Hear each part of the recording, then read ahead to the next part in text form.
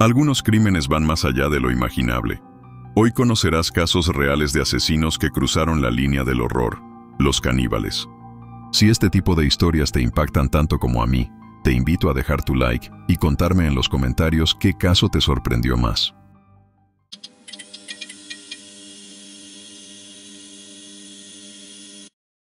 Nadie supo con certeza cuántas personas habían entrado vivas a ese apartamento antes de que todo terminara en el congelador. Lo que sí sabían era que quien vivía ahí no salía mucho, no recibía visitas frecuentes y cuando lo hacía, el invitado nunca volvía a ser visto. A veces se escuchaban pasos, a veces arrastrar muebles, pero nada que llamara realmente la atención. Hasta que la policía forzó la puerta y se encontró con bolsas de carne congelada, etiquetas escritas a mano, cuchillos de carnicero y un hombre de 34 años que los miró con absoluta calma, como si no entendiera por qué estaban ahí. Su nombre era Mikhail Yurievich Malishev y no estaba dispuesto a esconder nada. Se conoce muy poco acerca de la infancia de Mikhail Malishev.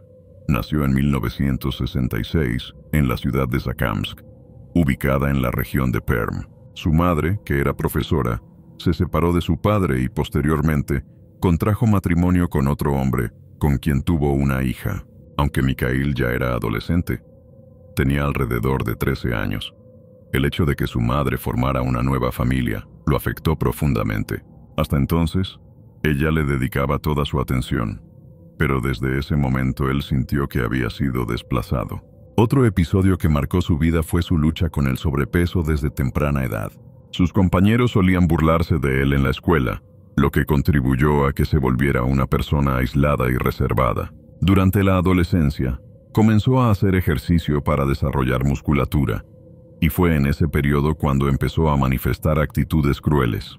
No obstante, su violencia en aquel entonces se enfocaba en los animales. Capturaba perros callejeros, los mataba, los descuartizaba para obtener su carne y luego los consumía. En 1980, las autoridades ya lo habían clasificado como una persona con tendencias sádicas. En 1983 finalizó la escuela, se incorporó al servicio militar y, tras completarlo, regresó a su ciudad natal. Para 1986, su madre le compró un pequeño departamento de una sola habitación en la calle Mariscal Ribalco. Ese lugar se convertiría más adelante en el escenario de sus atroces crímenes. Malishev nunca tuvo un empleo estable y subsistía gracias a trabajos ocasionales. Frecuentemente invitaba a personas ebrias a su casa, a quienes ofrecía carne, la misma que obtenía de los perros callejeros. Tiempo después, le dio alojamiento a un joven de 18 años llamado Nikolai, quien tenía una discapacidad intelectual y había salido recientemente de un orfanato. Mikhail abusaba sexualmente de él de forma recurrente y en una ocasión le arrancó una oreja y se la comió. Más adelante, contrajo matrimonio con Inna Podsedertseva, una joven de 19 años a quien conoció en el hospital donde ella trabajaba como enfermera. Mikhail fue ingresado allí en 1996, a los 30 años, debido a una fractura en la pierna. Al conocerla, la invitó a su casa y empezaron una relación que duró aproximadamente mes y medio. Incluso llegó a conocer al padre de Inna, pero todo cambió cuando ella decidió irse a vivir con él. Se volvió controlador. Le prohibía salir sola y, como forma de castigo, llegó a morderle la nariz y arrancarle un pedazo.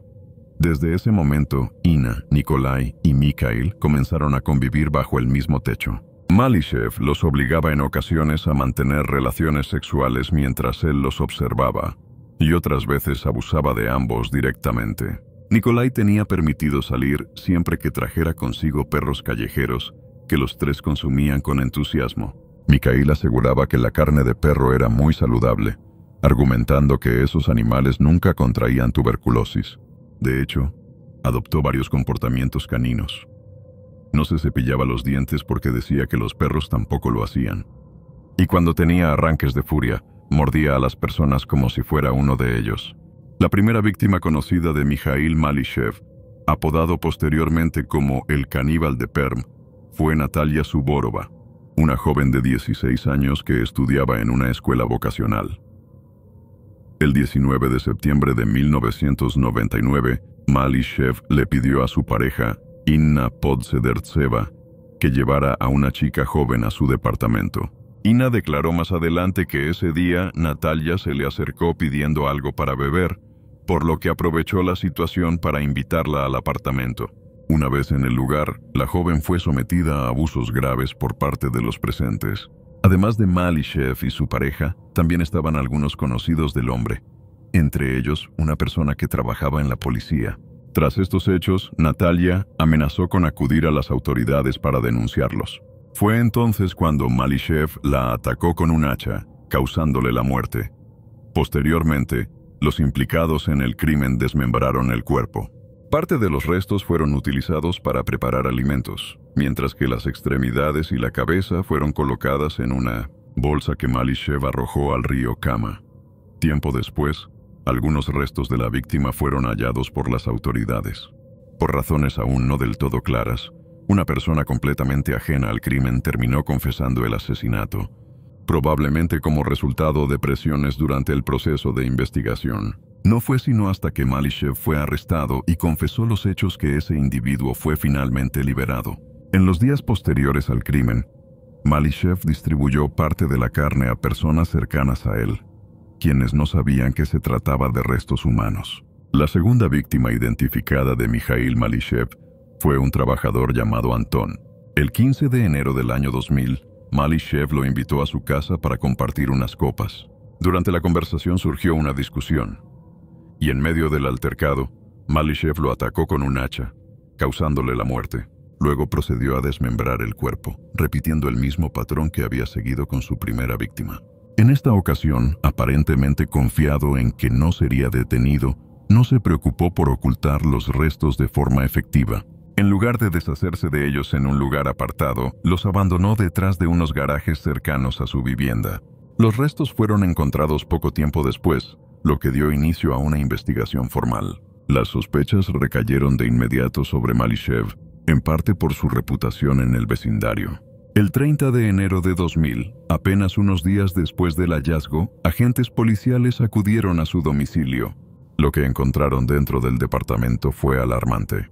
La vivienda estaba completamente saturada de basura y objetos acumulados, al punto de que solo se podía caminar por estrechos pasillos improvisados entre los montones. Durante la inspección, las autoridades descubrieron además aproximadamente 600 kilos de carne almacenada, incluida carne de perro. Sin embargo, debido a limitaciones de presupuesto y recursos, no toda esta carne pudo ser analizada, por lo que existe la posibilidad de que entre las provisiones se encontraran restos humanos. En el interrogatorio, Inna Podsedertseva, pareja de Malishev, colaboró con las autoridades y relató todo lo que sabía sobre los crímenes. Poco después, Mikhail Malishev fue detenido. Tras su detención, Mikhail Malishev confesó los crímenes sin ofrecer resistencia. Justificó su conducta diciendo que, en la vida, uno debería probar de todo, refiriéndose a su consumo de carne humana. Durante los interrogatorios, en ocasiones, adoptaba una actitud desafiante e incluso amenazante. En particular, se dirigió con agresividad hacia la investigadora Gulnara Abibulaeva, llegando a decirle que, cuando ella fuera mayor, le rompería todos los dedos. Pese a su comportamiento perturbador, los exámenes psicológicos y psiquiátricos concluyeron que Malishev era plenamente consciente de sus actos. Fue declarado legalmente cuerdo.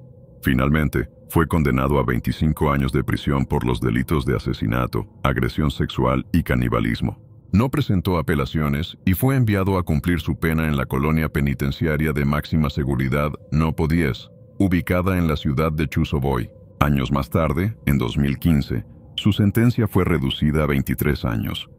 Inna Podsedertseva, su pareja, fue reconocida como víctima dentro del proceso penal. Aunque había tenido participación en los hechos, fue amnistiada y no recibió una condena efectiva.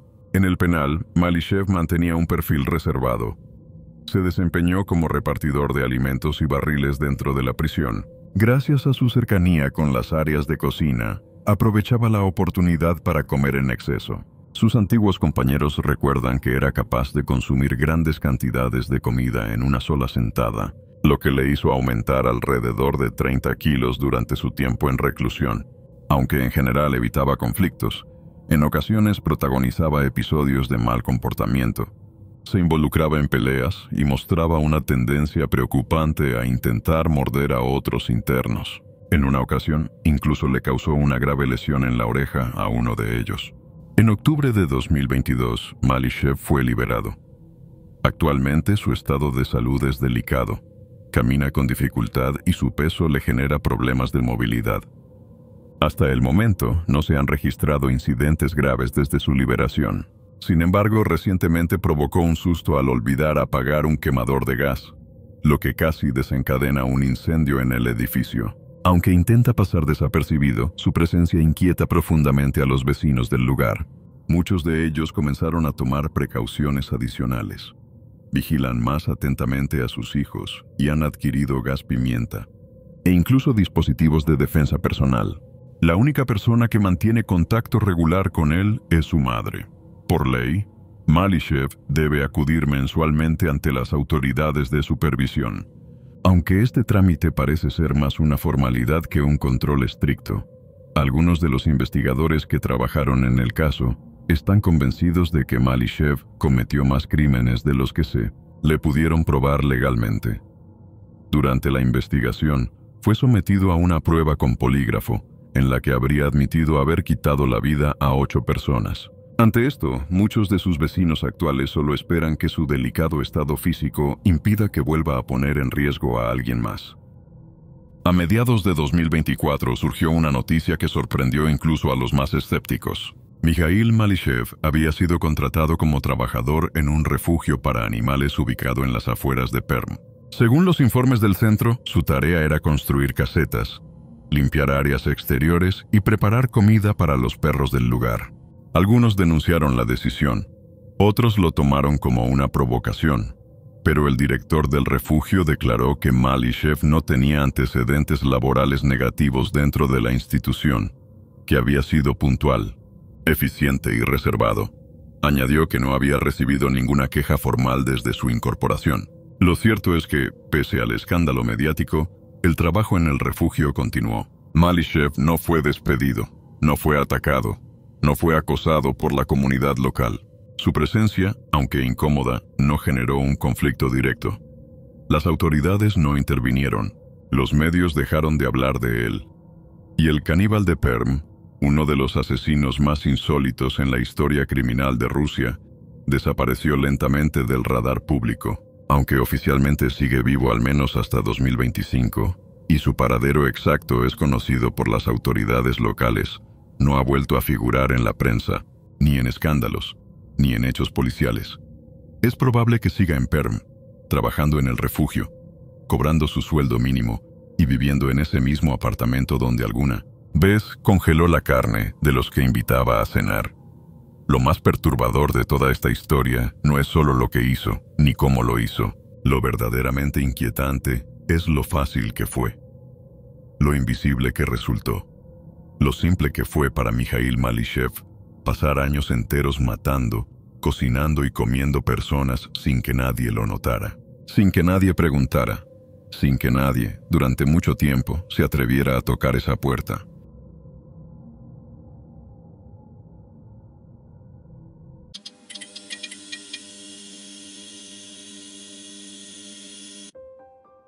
A los vecinos de Darya Khan, en Pakistán, les costó mucho entender lo que estaban oliendo. Al principio pensaron que era basura podrida. Luego creyeron que se trataba de un animal muerto. Pero el olor no se iba creciendo. Era denso, húmedo, penetrante. Empezó a colarse por las rendijas de las puertas, por los marcos de las ventanas. No era solo putrefacción, era otra cosa, algo que el cuerpo reconocía aunque la mente se negara a nombrarlo. Y salía de una casa donde vivían 2 hombres silenciosos. 2 hermanos que apenas hablaban, que no recibían visitas, que no trabajaban. 2 sombras que se deslizaban por la aldea sin dejar huellas. Lo que encontraron cuando abrieron esa puerta cambió para siempre la forma en que esa comunidad entendía el horror. Mohammad Arif Ali y Mohammad Farman Ali eran hermanos de sangre. Vivían en una vivienda de ladrillo sin pintar al borde de un callejón de tierra seca, en la zona rural de Darya Khan, dentro del distrito de Bakar. Al norte de Punjab, Pakistán. Arif, el mayor, había nacido en 1979, Farman en 1984. No tenían empleo, no estudiaban, no formaban parte de ninguna organización religiosa, política ni criminal. No se relacionaban con sus vecinos. No participaban en rezos ni eventos. Solo vivían, o mejor dicho, ocupaban un espacio. Porque nadie los consideraba parte del pueblo. Se movían como fantasmas, caminaban por los bordes del cementerio, murmuraban entre ellos y luego desaparecían detrás de la puerta cerrada. Durante años no llamaron la atención. La casa no tenía muebles visibles, no tenía electricidad constante ni agua corriente. La hermana de ambos, una mujer con discapacidad mental, vivía con ellos, aunque pocos la habían visto más de una vez. Nunca nadie entraba ni salía. No se escuchaban radios, ni voces, ni discusiones. Lo único que comenzó a cambiar fue el olor. En marzo de 2011, el hedor comenzó a extenderse por la calle como una advertencia invisible. Primero fueron los vecinos de la casa contigua quienes se quejaron, luego los del otro lado. Después toda la cuadra. El 3 de abril de 2011, 5 policías se presentaron en la vivienda tras recibir varias denuncias por olores putrefactos. No hubo respuesta al tocar. Empujaron la puerta. Estaba cerrada, pero sin seguro. Dentro, el aire era irrespirable. La temperatura era alta, y el interior estaba cargado de un vapor agrio que pegaba en los ojos. Un agente vomitó apenas cruzó la cocina. Otro se desmayó. Había una olla de gran tamaño sobre una cocina improvisada de ladrillos y leña. Dentro de la olla flotaban trozos de carne humana hirviendo junto a cebolla, curry y papas. La escena completa era imposible de procesar de inmediato. En un rincón de la habitación contigua había una pila de huesos largos, claramente humanos. En otra parte, un torso sin piel estaba envuelto en un trapo viejo. Había cráneos, había restos parciales, había órganos en distintos niveles de descomposición. Todo dentro de una vivienda que no tenía ventilación, ni higiene, ni refrigeración. Era un matadero oculto, y no era nuevo. Los hermanos fueron encontrados dentro. No huyeron. No dijeron una palabra. Arif levantó las manos y se dejó esposar. Farman solo bajó la mirada. Cuando uno de los oficiales preguntó qué estaban haciendo con esos restos, Arif respondió: «Nos los comemos». Sin alteración, sin miedo, sin arrepentimiento. El caso estalló en los medios de Pakistán como una bomba sin aviso. La policía de Bakar convocó peritos forenses y bioquímicos del hospital de Sargodha. Los análisis confirmaron que los restos eran humanos y que habían sido cocinados. En los estómagos de ambos hermanos se hallaron restos biológicos de origen humano. No se trataba de un homicidio puntual, era una práctica sostenida. Durante el interrogatorio, Arif y Farman confesaron que llevaban entre 10 y 12 meses desenterrando cuerpos del cementerio local. Seleccionaban tumbas recientes, preferiblemente de niños o mujeres jóvenes. Iban por las noches con una pala, identificaban la tierra removida, cavaban y sacaban el cuerpo completo. Lo envolvían, lo cargaban en una carretilla y lo llevaban hasta su casa. Allí lo trozaban, lo hervían y lo cocinaban con especias. No compartían con nadie. Era para ellos. Dijeron haberlo hecho más de 100 veces. Los registros del cementerio mostraban signos de profanación en al menos 48 tumbas. En otras 20 se hallaron señales de excavación interrumpida. En todas ellas, los restos habían sido completamente retirados. En algunas no quedaba ni el ataúd, pero como se trataba de un cementerio rural, sin vigilancia ni control, nunca nadie había notado nada. Muchas familias no vuelven a visitar las tumbas tras el entierro. Nadie denunció desapariciones. El escándalo fue nacional. Pakistán no tenía una ley específica contra el canibalismo. Los fiscales solo pudieron imputar a los hermanos por profanación de tumbas, delitos contra la moral pública y posesión de restos humanos. El proceso judicial fue corto. En junio de 2011, el Tribunal Antiterrorista de Sargodha los condenó a 2 años de prisión. Las protestas públicas no lograron modificar la sentencia. No había marco legal para hacerlo. En prisión no hubo tratamiento psicológico ni entrevistas psiquiátricas. No se les aplicaron evaluaciones clínicas. Se dijo que estaban mentalmente alterados, pero no se documentó ningún diagnóstico. Cumplieron los 2 años completos y salieron en mayo de 2013. Volvieron a la misma casa. Nadie los detuvo. No había ninguna orden de alejamiento. No había vigilancia. Los vecinos, al verlos regresar, comenzaron a cerrar sus puertas antes del atardecer. Algunos se mudaron, otros colocaron candados y cercas. Durante meses, la vivienda de los Sally volvió a cerrarse por dentro. Nadie entraba. Nadie salía. El olor, durante un tiempo, desapareció. Pero no fue el final. Apenas habían pasado 11 meses desde su liberación cuando, en abril de 2014, el horror regresó a Darya Khan. Los vecinos comenzaron a oler nuevamente un aroma nauseabundo, esta vez aún más fuerte y persistente que antes. Pero no era la única señal. Esa vez escucharon ruidos extraños, murmullos lejanos, movimientos en la casa de los hermanos que no podían explicar. Alarma y miedo recorrieron la comunidad, que inmediatamente volvió a llamar a la policía. A diferencia de la primera vez, esta vez las autoridades no dudaron. No esperaron días ni permitieron que el olor se disipara.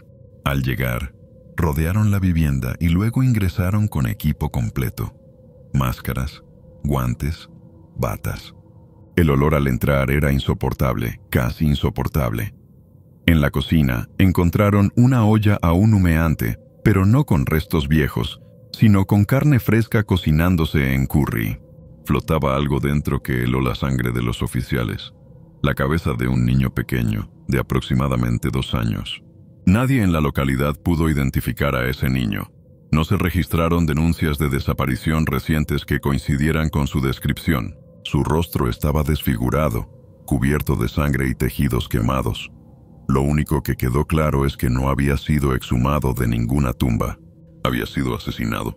El espanto creció cuando las autoridades hallaron más restos humanos ocultos en bolsas plásticas y cajas. Se encontraron huesos, manos, pies e incluso partes internas que no podían haber sido almacenadas durante mucho tiempo sin descomponerse. Se confirmó que la práctica no había cesado. Los hermanos no solo habían reanudado la profanación de tumbas, sino que además habían cometido homicidio directo. Durante el interrogatorio, Arif y Farman no mostraron arrepentimiento ni miedo. Aceptaron sin dudar cada acusación. Cuando se les preguntó por la cabeza del niño, simplemente dijeron que lo habían encontrado en la calle y que lo habían cocinado porque tenían hambre. No ofrecieron detalles sobre su muerte ni mostraron emociones. Su indiferencia impactó incluso a los policías más experimentados. Se abrió una nueva causa judicial con cargos ampliados. La fiscalía los acusó de homicidio, secuestro, profanación de tumbas, terrorismo y actos que amenazaban la seguridad pública.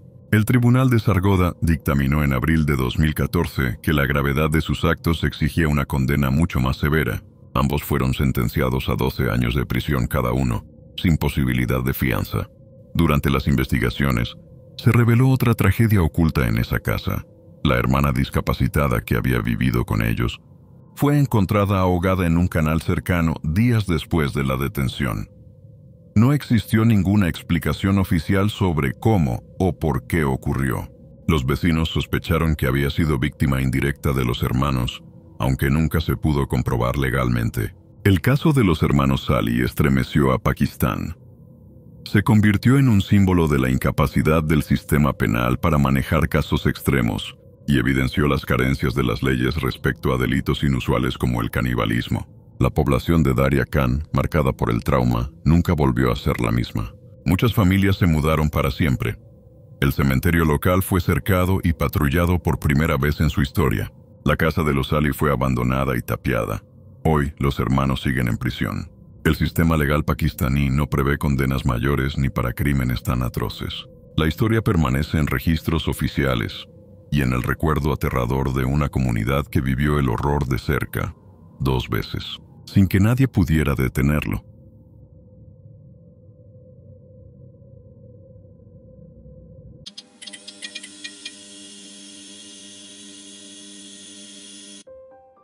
Nadie en el pueblo podía imaginarlo. Nadie podía prever que aquel niño delgado, con cabello claro y ojos fríos, terminaría siendo recordado no por su nombre completo, sino por un apodo brutal que lo definiría por generaciones: el caníbal de Kentucky. Lo que comenzó como una infancia ordinaria en el corazón rural de Estados Unidos, pronto se torcería hacia una espiral de sangre, muerte y hambre humana.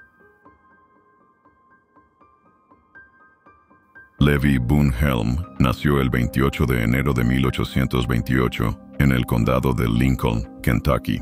Fue parte de una familia numerosa, trabajadora, de clase media-baja, sin lujos, pero tampoco miseria extrema. Durante sus primeros años, la familia se trasladó a Missouri, buscando nuevas oportunidades en las tierras del oeste que aún estaban en expansión.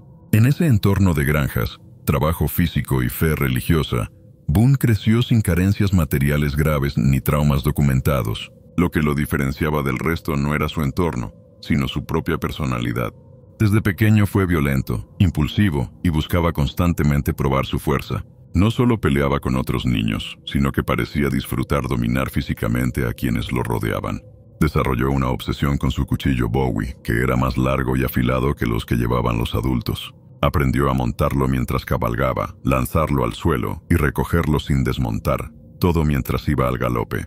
A medida que crecía, esa necesidad de imponer su presencia se volvía más peligrosa. Ya no era un niño problemático, era un joven que buscaba dominar a los demás por la fuerza o el miedo. Durante su adolescencia, Boone no mostraba interés por las tareas de la granja, ni por continuar la tradición religiosa de su familia. Lo único que parecía motivarlo era la violencia. Llegó a montar su caballo a toda velocidad dentro de una sala de tribunal en plena sesión. Un acto deliberado para provocar e imponer su presencia ante la autoridad. Nadie se atrevía a enfrentarlo directamente. Su físico imponente y sus ataques de ira constantes hacían que la mayoría evitara provocarlo. En 1851, con 23 años, se casó con una joven llamada Lucinda Frances Browning, que apenas tenía 17. En poco tiempo tuvieron una hija, a quien llamaron Lucy. Al principio, Boone pareció intentar una vida estable, casa propia, trabajo esporádico y cierta conexión con su familia política. Pero ese intento de normalidad duró poco. Boone bebía cada vez más. Se volvía agresivo con su esposa, con sus vecinos, con cualquiera que se le cruzara. La violencia doméstica se volvió habitual.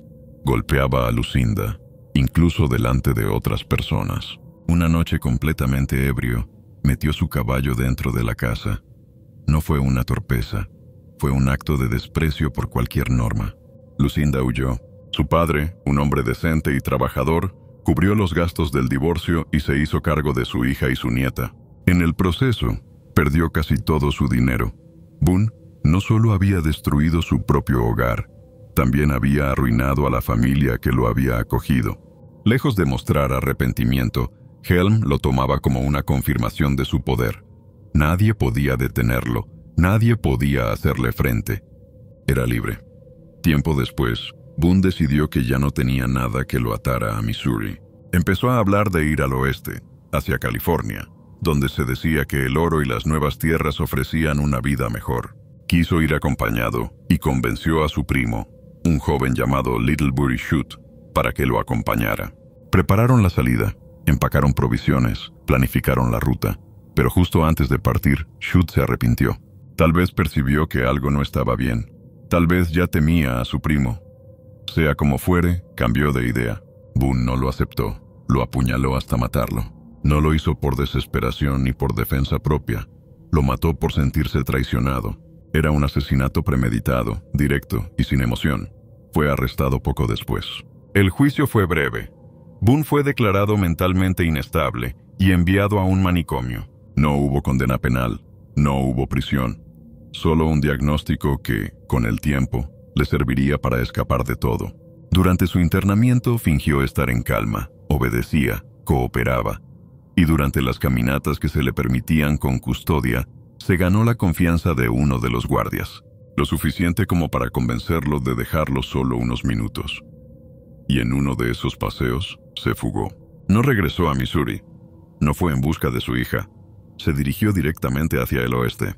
En su mente, la frontera era sinónimo de impunidad. Allí no existía el control, ni las leyes estrictas, ni los vecinos atentos. En California se movió entre distintos asentamientos, trabajando a veces como jornalero, otras como explorador, pero siempre buscando oportunidades para obtener más con el menor esfuerzo. Y si eso implicaba matar, no lo dudaba. En un momento formó parte de un grupo que se dirigía hacia Fort Hall. Era una travesía peligrosa, en invierno, atravesando terreno hostil y sin rutas claras. El grupo fue emboscado por nativos, varios miembros murieron, el clima empeoró. La nieve bloqueó el paso, se quedaron sin caballos, sin comida, sin salida. De los 6 hombres que emprendieron ese trayecto, solo 2 sobrevivieron, Boone Helm y un sujeto llamado Burton. Las versiones sobre lo que pasó varían ligeramente, pero hay algo que Boone dijo más tarde con toda claridad. Burton murió y él comió parte de su cuerpo. Dijo que Burton se suicidó. Otros creen que Boone lo mató. Lo que no admite discusión es lo que hizo después. Cortó una de sus piernas, cocinó parte y se la comió. Envolvió el resto y la guardó como reserva. Continuó solo por el bosque durante días, con una pierna humana como única fuente de alimento. Cuando finalmente fue encontrado por un colono llamado John W. Powell, Boone estaba sucio, flaco, pero aún con una mirada intacta, como si nada de lo ocurrido lo hubiera afectado. Powell lo ayudó, lo llevó hasta Salt Lake City, le dio comida, ropa. Boone no mostró gratitud. Tenía dinero en los bolsillos, monedas que se negó a gastar. Comió, descansó y se fue. En California fue acogido por un ranchero que le ofreció trabajo y refugio. Poco después, lo mató, lo asesinó, robó lo que pudo y volvió a marcharse. Ese era su patrón. Llegaba, aceptaba ayuda, cometía un crimen, desaparecía. Nunca se quedaba mucho tiempo. Nunca dejaba testigos. En Oregón, en 1862, se emborrachó en un salón y discutió con un hombre apodado Dutch Fred. Este estaba desarmado. Boone lo mató de un disparo en medio del local, delante de todos. Fue arrestado, pero su hermano, conocido como Old Tex, intervino. Pagó a testigos falsos, sobornó a quienes podía, y Boone quedó en libertad una vez más. No volvió a Missouri. No volvió a ver a su hija. Viajó al sur, luego al este. Se unió a una banda liderada por Henry Plummer, un sheriff corrupto que dirigía una red criminal que operaba desde Virginia City, Montana. Boone era útil por su brutalidad. No dudaba en matar, intimidar, desaparecer personas. Su reputación era conocida. Lo llamaban el hombre que había comido a sus propios compañeros. Nadie quería enfrentarlo, pero el caos tenía un límite.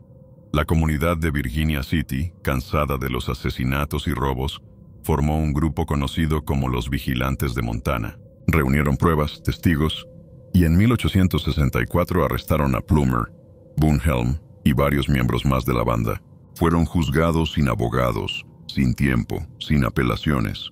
Un juicio rápido, cerrado, organizado por ciudadanos armados. Boone no mostró miedo. Cuando lo interrogaron, besó la Biblia, juró decir la verdad y comenzó a delatar a sus compañeros. Inculpó a Gallagher, a otros miembros de la banda. Intentó salvarse acusando a los demás. No funcionó. El 14 de enero de 1864, al amanecer, Boone Helm fue llevado al patíbulo junto a otros 4 hombres. Había unas 6,000 personas reunidas. La horca estaba lista. Cuando vio a Gallagher colgar primero, Boone gritó: «Dale una patada, viejo, ahora me toca a mí, estaré en el infierno contigo en un minuto». Antes de que pudieran empujarlo, se lanzó por su cuenta. Las sogas crujieron. Su cuerpo quedó colgando en silencio. Y con eso la historia no terminó, solo comenzó a circular con más fuerza. Tras su ejecución, el cuerpo de Boone Helm fue enterrado junto a los otros ahorcados en el cementerio Boot Hill, en Virginia City. No hubo ceremonia, ni familiares que lo reclamaran. Su tumba no tenía lápida tallada ni inscripción decorosa, solo una cruz de madera simple, sin nombre, igual que las de otros forajidos ejecutados en esa misma colina. Aquel terreno, elevado y pedregoso, se había ganado el apodo de la colina de las botas, porque allí se enterraba a quienes morían, con ellas puestas, de forma violenta, repentina y sin redención. Las noticias de la ejecución no tardaron en esparcirse. Algunos periódicos locales de Montana publicaron notas breves, mencionando a Henry Plummer como el cabecilla de una red de bandidos y a Boone Helm como uno de los ejecutores más sanguinarios. Pero la mayoría de medios evitó dar demasiados detalles sobre la forma de actuar de Helm. El canibalismo era un límite incómodo. Aún en un territorio plagado de ladrones, asesinos y forajidos, la idea de comer carne humana era demasiado repulsiva como para describirla con claridad. A pesar de ese silencio editorial, la historia de Boone Helm no desapareció. Se propagó por boca de los propios vigilantes que lo habían arrestado. Algunos comenzaron a relatar lo que Boone había confesado antes de morir. Otros contaban historias que decían haber oído de testigos. Cómo había matado a su primo. Cómo había escapado del manicomio. Cómo había devorado a Burton y cargado con su pierna envuelta en trapos. Una de esas versiones aseguraba que cuando se le preguntó por qué lo había hecho, Boone respondió: ¿qué otra cosa iba a comer? Me estaba muriendo de hambre. Y en otra ocasión, según se decía, dijo: a más de un pobre diablo he matado, y ha habido momentos en que he tenido que comerme a alguno. Estas frases crudas, sin remordimiento, comenzaron a circular entre mineros, buscadores de oro, comerciantes y viajeros. No tardaron en transformarse en relatos orales que se contaban al calor del fuego en los campamentos. Con el paso del tiempo, las versiones se mezclaron, se inflaron, se distorsionaron. Boone Helm empezó a figurar en los relatos populares del oeste como un hombre que mataba sin razón, que comía carne humana no solo por necesidad, sino por costumbre. Muchos añadieron detalles no comprobados: que había comido corazones aún tibios, que había arrancado trozos de sus víctimas antes de que murieran, que se reía mientras los otros hombres vomitaban. Nada de eso está documentado. Lo que sí está claro es que Helm practicó el canibalismo al menos en 2 ocasiones, y que mató a sangre fría a varios hombres, tanto conocidos como desconocidos. A medida que la figura de Helm fue apareciendo en libros de historia criminal y relatos del oeste, muchos autores empezaron a referirse a él con un apodo que se volvería definitivo: el caníbal de Kentucky. No hay evidencia de que se le llamara así en vida. El apodo parece surgir posteriormente, como una forma de reducir toda su trayectoria a su rasgo más chocante. Y funcionó. La imagen de Boone como el asesino errante que mataba y comía a sus víctimas fue más poderosa que cualquier otro aspecto de su vida. Hoy, el nombre de Boone Helm no aparece en los museos oficiales del oeste americano, pero en las crónicas oscuras, en los archivos policiales, en las notas judiciales enterradas en bibliotecas polvorientas, su rastro sigue ahí, conocido no por ideologías, no por robos espectaculares ni tiroteos legendarios, sino por algo más simple y brutal: mató y luego comió. Sin remordimiento, sin justificación, y sin haber mostrado jamás una sola señal de culpa.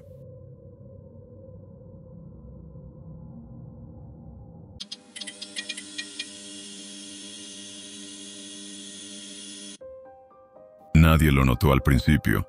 Era solo un campesino más en una región olvidada de China, un hombre de rostro serio, de ojos oscuros y expresión impenetrable, que caminaba solo por los caminos de tierra, saludando sin sonreír.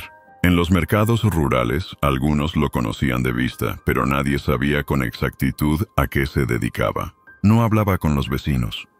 No invitaba a nadie a su casa. Pero lo que nadie sabía era que en el interior de su vivienda, mientras el pueblo dormía, él cocinaba carne humana, y lo había estado haciendo durante años. Zhang Yongming nació en 1956, en la provincia de Yunnan, una región montañosa y agrícola del suroeste de China. Su infancia no quedó registrada en archivos públicos. No hay reportes escolares, ni entrevistas familiares, ni biografías oficiales. Lo poco que se sabe es que creció en un entorno rural, donde la ley se sentía más lejana que el propio gobierno, y donde la pobreza era el estado natural. Desde joven mostró una personalidad cerrada, callado, reservado. No participaba en reuniones del pueblo, no tenía vínculos cercanos, ni pareja conocida. Para muchos, simplemente no existía. Su nombre apareció por primera vez en los registros del Estado en 1979, cuando fue condenado por asesinato. Cometió un homicidio intencional, según consta en documentos judiciales. El contenido de aquel crimen nunca fue revelado públicamente por las autoridades, pero fue lo suficientemente grave como para recibir la pena de muerte. Sin embargo, la condena fue suspendida por 2 años, una figura legal en China que permite la conmutación si el reo demuestra buena conducta durante ese periodo. Zhang fue trasladado a prisión, pasó años bajo vigilancia, no cometió incidentes registrados. Fue considerado apto para reducción de pena, y con el paso del tiempo, su condena fue reducida. Finalmente, fue liberado en septiembre de 1997. Al salir de prisión, el gobierno del condado de Jining, como parte de un programa de reintegración social, le asignó una pequeña parcela de tierra en la aldea de Nanmen, una comunidad agrícola ubicada a las afueras de Kunming, la capital provincial. Allí, entre campos de arroz, árboles frutales y caminos de tierra, Chang se estableció en una casa sencilla, de ladrillo, con techo bajo, una cocina de carbón y patio cercado por arbustos. Era una propiedad modesta, como muchas otras en la zona. No tenía lujos, pero era suficiente para vivir en soledad. Nadie sabía que en esa misma casa, años después, empezaría a desaparecer gente. Chang no buscó trabajo formal. Tampoco pidió asistencia a vecinos ni intentó vincularse con la comunidad. Cultivaba su propio alimento. Criaba perros. Vendía pequeñas cantidades de carne en los mercados rurales. No llamaba la atención. En las ferias de la región, se le veía de vez en cuando vendiendo cortes etiquetados como carne exótica, en especial carne de avestruz, una rareza que despertaba cierta curiosidad, pero que pocos se detenían a preguntar demasiado. Mientras tanto, mantenía las puertas de su casa cerradas, las ventanas cubiertas, y la mayoría de su tiempo lo pasaba solo, dentro de su propiedad. En marzo de 2008, los primeros jóvenes comenzaron a desaparecer en la región.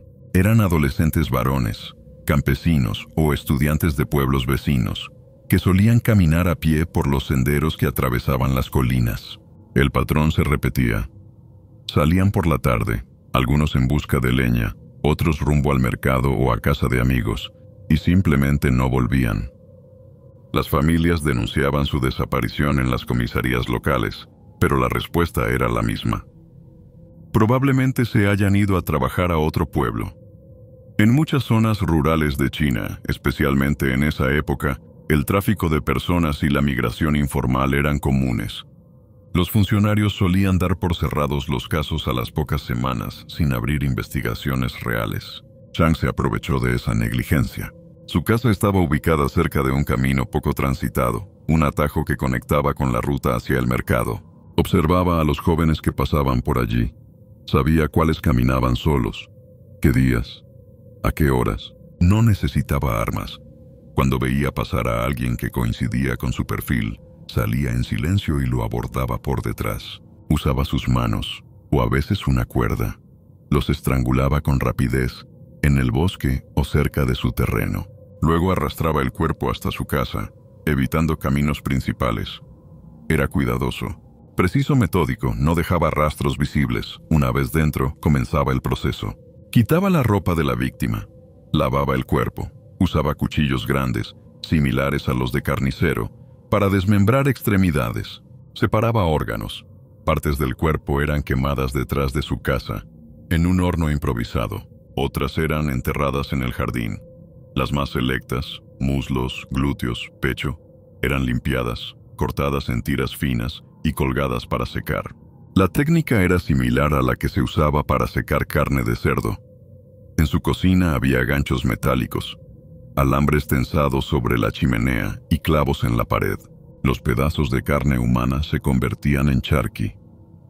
Los ojos de las víctimas eran colocados en frascos con alcohol, flotando en líquido amarillento, y almacenados en repisas junto a botellas de medicina herbaria.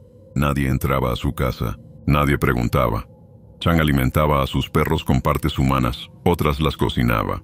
Freía órganos con aceite y cebolla, hervía huesos para hacer caldo, y lo más perturbador, parte de esa carne la vendía en el mercado local como carne de avestruz.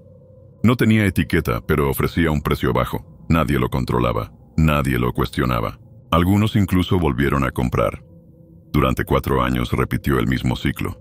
Según los reportes oficiales, mató al menos a 11 jóvenes entre marzo de 2008 y abril de 2012.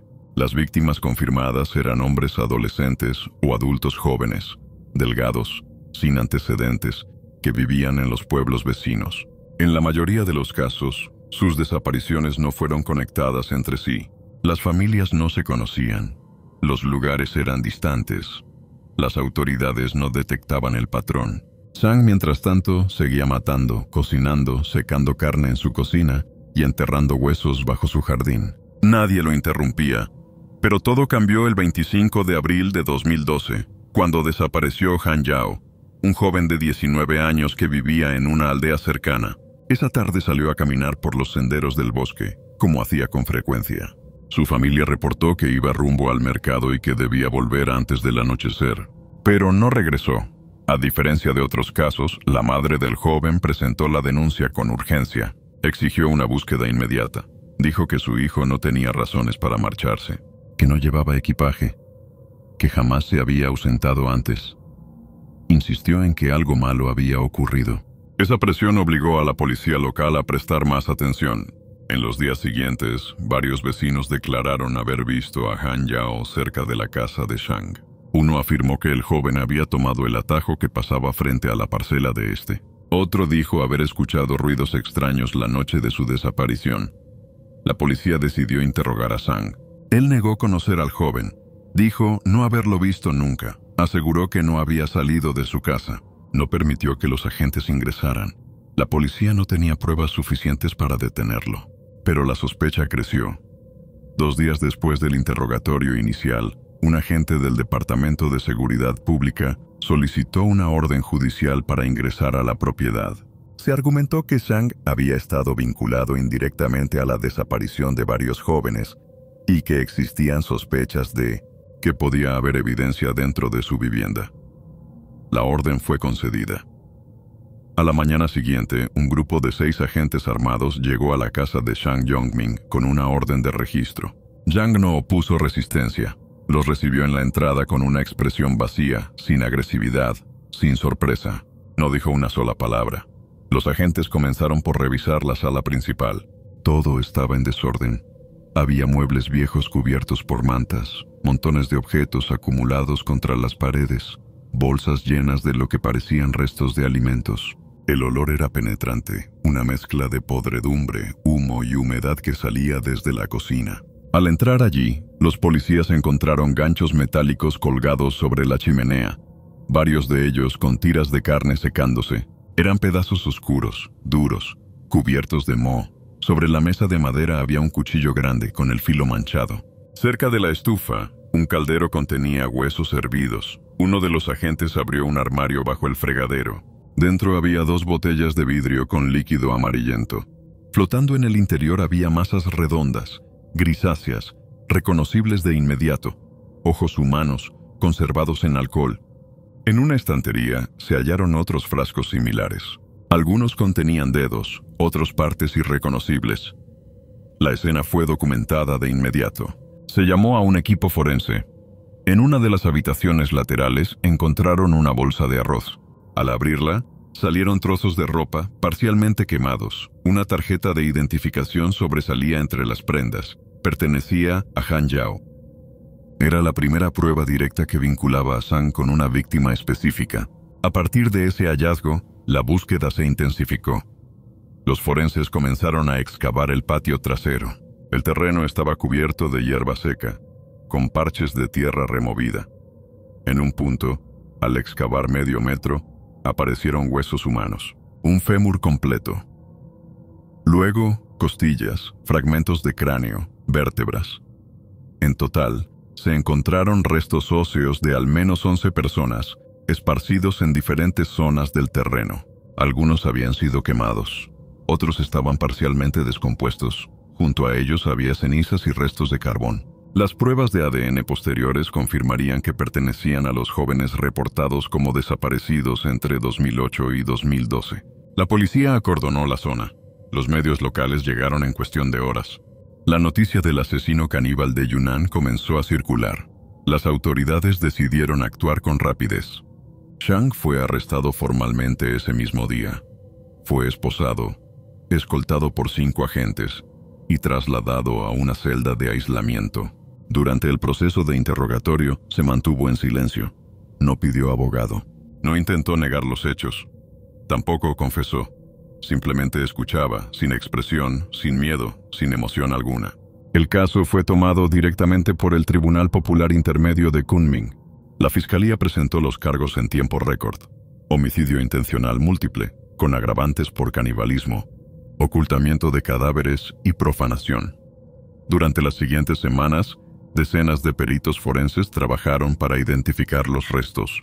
Las familias de desaparecidos fueron convocadas para proporcionar muestras genéticas. Se confirmó que al menos 11 de las desapariciones en la zona correspondían a víctimas de Zhang. Las pruebas físicas, los restos humanos, los frascos, la carne encontrada en proceso de secado, la tarjeta de Han Yao, los testimonios, las fotografías y los exámenes de ADN no dejaban espacio para duda. El juicio comenzó en julio de 2012. Fue un proceso cerrado al público. No se permitieron cámaras, ni entrevistas, ni filtraciones. Zhang fue llevado ante el tribunal bajo fuertes medidas de seguridad. Vestía uniforme de preso, con el cabello corto, esposas en las muñecas y tobillos. Se le leyeron los cargos. No habló. No hizo preguntas. No negó nada. Tampoco pidió clemencia. Cuando el juez le preguntó si deseaba declarar algo, se limitó a sacudir la cabeza. La sentencia fue pronunciada en la misma audiencia. Pena de muerte y privación permanente de todos los derechos políticos. Zhang no apeló. La condena fue aprobada por el Tribunal Supremo Popular sin demora. En paralelo, el Ministerio de Seguridad Pública ordenó una revisión interna de todas las denuncias de desapariciones en la región desde 2008. 12 funcionarios del condado de Jining fueron sancionados por negligencia. Entre ellos varios jefes policiales que habían ignorado reportes, cerrado casos sin investigar y no conectaron las desapariciones con el entorno geográfico común. Algunos fueron destituidos. Otros, trasladados a zonas rurales como castigo administrativo. Zhang Yongming fue ejecutado el 10 de enero de 2013 en la provincia de Yunnan. No se dio a conocer la hora exacta ni el método, como es costumbre en los casos penales graves en China. Las autoridades confirmaron la ejecución con una breve nota de prensa. No hubo ceremonias, ni entrega pública de restos, ni declaraciones finales. Simplemente fue eliminado. Su cuerpo no fue entregado a familiares. Fue incinerado por orden judicial. Zhang nunca explicó por qué lo hizo. No dejó cartas. No dio entrevistas. No reveló motivaciones. No se supo si era impulsado por trastornos mentales, resentimiento, placer o necesidad.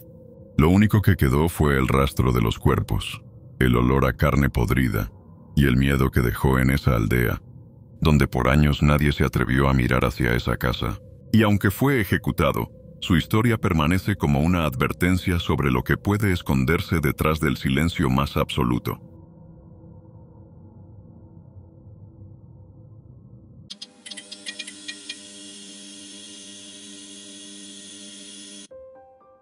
Una joven mujer camina sola por un sendero en medio del bosque de Kisak, en el este de Eslovaquia. La rodea el silencio, la vegetación húmeda y el zumbido de los insectos. Sabe por qué está allí. Ha escrito su carta de despedida, ha apagado su teléfono y ha seguido las instrucciones exactas enviadas por un desconocido que conoció en un foro de internet. En su mente, va hacia una liberación pactada. No imagina que en los siguientes minutos será drogada, apuñalada en el pecho, y que partes de su cuerpo terminarán conservadas en bolsas etiquetadas dentro del congelador de su asesino. Matej Churko nació en 1968 en la entonces Checoslovaquia. Desde los primeros años de su vida, mostró señales de inestabilidad que pasarían desapercibidas por el entorno. A los 13 años, agredió con un cuchillo a un vecino sin mediar provocación. Fue derivado a un centro psiquiátrico, donde se le realizó un examen de inteligencia que arrojó un coeficiente intelectual por encima del promedio. Fue diagnosticado con comportamientos agresivos, pero las autoridades médicas no lo consideraron una amenaza a largo plazo. La agresión fue tratada como un incidente aislado. Con los años, Churko llevó una vida aparentemente estable. Se convirtió en técnico informático, trabajó como programador y ya en la adultez se casó y tuvo 2 hijas. Nadie en su entorno inmediato imaginaba que el hombre que dormía en esa casa, que paseaba con su familia y asistía a actividades cotidianas, dedicaba horas enteras de la noche a navegar en foros oscuros, buscando personas que deseaban morir. Bajo el nombre de usuario Orion 218, se sumergió en comunidades donde se discutía el suicidio asistido. Allí no era un observador más. Se ofrecía abiertamente para ayudar. Pero su ayuda no era lo que muchos pensaban. Prometía una muerte rápida, indolora, en un entorno controlado. A algunos les hablaba de paz, a otros les aseguraba comprensión. Siempre era amable, directo, frío. Su meta no era únicamente observar la muerte, sino participar activamente en ella. Y más allá, quedarse con parte del cuerpo, cocinarlo, comerlo. La primera víctima confirmada fue Elena Gudjakova, una mujer de 30 años que había expresado en múltiples sitios su deseo de quitarse la vida.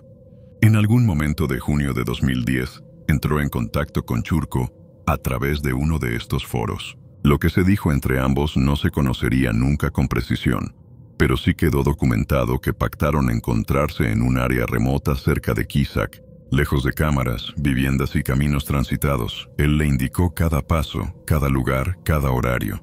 Ella lo siguió. Una vez reunidos, él la llevó bosque adentro. Allí la drogó con solpidem mezclado con alcohol. Con su cuerpo ya debilitado la sujetó, la apuñaló en el pecho con precisión y comenzó el proceso de desmembramiento. Separó la cabeza, las extremidades y dividió partes de la carne que luego empaquetaría con etiquetas específicas. Lo que no quiso conservar, lo enterró en una fosa poco profunda, cavada con anticipación. Fue meticuloso, rápido, sistemático. Limpió la zona, dispersó hojas y ramas para camuflar la tierra removida y se marchó como si nada hubiera pasado. 3 meses después, en septiembre de ese mismo año, contactó con Lucia Uchnarova, una joven de 20 años que también había publicado mensajes suicidas. El patrón fue el mismo. Mensajes privados, conversación detallada, un punto de encuentro aislado, sedación, apuñalamiento, canibalismo parcial. La mecánica era tan limpia que la policía no tuvo registro alguno de estas desapariciones en el momento. Las mujeres no eran buscadas activamente. En ambos casos, sus entornos conocían sus deseos de morir. Algunas cartas escritas por ellas habían sido dejadas previamente. Churko no actuaba bajo presión. Elegía. Seleccionaba a personas con antecedentes de ideación suicida y buscaba establecer una relación de confianza. Nunca amenazaba, nunca forzaba. Su forma de operar se basaba en el consentimiento. Esa fue su principal estrategia para moverse durante meses sin ser detectado. Pero en algún momento de 2011, el patrón cambió. Esta vez, el contacto fue con un ciudadano suizo llamado Markus Dubach. Dubach también había publicado mensajes donde expresaba su voluntad de morir. Churko apareció en su bandeja de entrada. Le ofreció el mismo trato. Una muerte rápida, controlada. Markus aceptó el contacto, pero algo en los mensajes lo hizo dudar. Churko se volvió explícito. En un correo le dijo que deseaba quedarse con su cadáver, cortarlo y comer su carne. Le envió fotografías reales de partes humanas cocinadas. El lenguaje dejó de ser clínico. Era abiertamente sádico. Dubach alertó a las autoridades suizas. En conjunto con la policía eslovaca, prepararon un operativo. Un agente encubierto se hizo pasar por Markus y continuó la conversación con Churko durante varios días. Pactaron un encuentro. Churko no sospechó. Llegó al lugar como de costumbre, con una mochila cargada con sedantes, vodka, cuchillos, guantes quirúrgicos, esposas plásticas, un serrucho y varias bolsas. La policía lo esperaba. Apenas apareció, el agente encubierto se identificó. Churko sacó su arma y abrió fuego. Logró herir al oficial antes de recibir disparos por parte de francotiradores escondidos en la zona. Fue alcanzado por al menos 2 balas de alto calibre. Fue trasladado con vida al Hospital Universitario Louis Pasteur de Cochite, donde ingresó en estado crítico. Durante las siguientes 48 horas se sometió a múltiples cirugías. Los daños internos eran irreversibles. El 12 de mayo de 2011, Matei Churko fue declarado muerto por fallo multiorgánico. La policía registró su casa. En su congelador hallaron paquetes etiquetados con partes humanas, algunos envueltos con doble capa de plástico, almacenados junto a especias, entre ellas pimienta negra. Se encontraron también herramientas quirúrgicas, discos duros cifrados, literatura sobre canibalismo y archivos con conversaciones privadas que habían mantenido con otras personas en los foros. En su propiedad cercana al bosque, a pocos metros del lugar donde había sido abatido, Las autoridades desenterraron los restos de Elena Gudjakova y Lucia Uchnarova. La data de muerte coincidía con las fechas de desaparición. Estaban envueltas con restos de mantas, colocadas en cavidades excavadas con precisión, en sitios donde el césped parecía no haber crecido durante meses. También se halló un pequeño espacio ceremonial, con velas, símbolos pintados sobre piedras, restos de comida quemada. La policía lo consideró un altar improvisado que el propio Churko había construido para rituales privados. Fue destruido pocos días después del hallazgo. Durante la investigación se identificaron al menos una decena de contactos similares que Churko había mantenido con personas de otros países. Uno de esos casos, todavía abierto, apuntaba a una posible víctima italiana que habría viajado a Eslovaquia en 2009 para un encuentro con él. No se pudo confirmar si el cuerpo hallado entre los restos orgánicos del congelador correspondía a alguien más. Las muestras de ADN no coincidían con Elena ni con Lucia. Hasta la fecha, la posibilidad de que hubiera otras víctimas sigue siendo investigada, aunque con limitaciones técnicas. Las autoridades cerraron el caso pocos meses después de su muerte. No hubo juicio. La evidencia fue suficiente para reconstruir con claridad los hechos principales. No hubo cómplices. No se encontraron registros de redes de canibalismo conectadas con él. Actuaba solo. Planificaba solo. Ejecutaba solo. Tras el cierre del caso, los medios en Eslovaquia y en varios países de Europa comenzaron a reconstruir la historia con los pocos elementos que las autoridades habían compartido. Lo más inquietante era lo metódico que había sido Matej Churko. No improvisaba. Sus pasos estaban organizados, no por compulsión, sino por estructura. Desde los mensajes en los foros hasta la elección del lugar exacto donde se realizaría el asesinato, cada decisión respondía a un patrón cuidadosamente planificado. Los forenses que trabajaron en la autopsia de las víctimas y en el análisis de los restos hallados en su vivienda notaron que los cortes habían sido realizados con precisión quirúrgica. No se trataba de un asesino torpe o caótico, sino de alguien que había estudiado anatomía, que sabía cómo acceder al corazón con una sola puñalada, cómo extraer músculos específicos, cómo conservar la carne en condiciones óptimas para el consumo posterior. Incluso los paquetes del refrigerador tenían fechas y códigos. Algunos estaban rotulados con números, otros con iniciales que no coincidían con los nombres de las víctimas identificadas, lo que hizo pensar a los investigadores que podría haber más cuerpos, más encuentros que nunca llegaron a denunciarse o conocerse públicamente. Durante el registro de su historial digital, la policía encontró una carpeta con capturas de pantalla, chats antiguos, direcciones IP y más de 20 conversaciones mantenidas con personas que expresaban deseos de morir. La mayoría de ellas eran mujeres jóvenes de Europa Central. Algunas conversaciones quedaron inconclusas. Otras estaban completamente eliminadas. Varias pistas apuntaban a contactos en Italia, Alemania y Polonia. Las autoridades de esos países fueron alertadas, pero sin cuerpos ni denuncias de desaparición en las fechas coincidentes, no se pudo avanzar más allá. Uno de los aspectos más escalofriantes surgió de la revisión de sus mensajes privados. En ellos, Matej Churko no solo negociaba la muerte, sino que preguntaba abiertamente sobre las partes del cuerpo que los interlocutores estarían dispuestos a ceder para su consumo. En algunos casos, incluso ofrecía un pago simbólico si se le permitía realizar el acto antes de que la víctima falleciera por completo. Preguntaba por alergias, consumo de medicamentos, tipo de alimentación. Quería saber cómo sabría la carne antes de probarla. No buscaba solo la muerte, buscaba el ritual completo. Su esposa y sus hijas nunca fueron vinculadas a los crímenes. Vivían con él, pero afirmaron no tener conocimiento de su doble vida. Nunca encontraron nada extraño en su comportamiento. Algunos vecinos declararon que era una persona cerrada, reservada, poco sociable, pero jamás agresiva o sospechosa. Nadie había visto movimientos raros en la casa. Nadie lo había visto con las víctimas. La imagen que daba en público era la de un hombre callado, trabajador, que pasaba mucho tiempo frente al ordenador. Esa fue su principal ventaja, su capacidad para parecer invisible. Matej Churko murió sin dejar carta, sin explicar sus actos, sin asumir responsabilidad ante la justicia. Fue abatido en el momento exacto en que intentaba repetir su proceso con una nueva víctima. Si el ciudadano suizo no lo hubiera denunciado, probablemente habría seguido matando. El caso cerró oficialmente ese mismo año, sin juicio, sin acusación formal.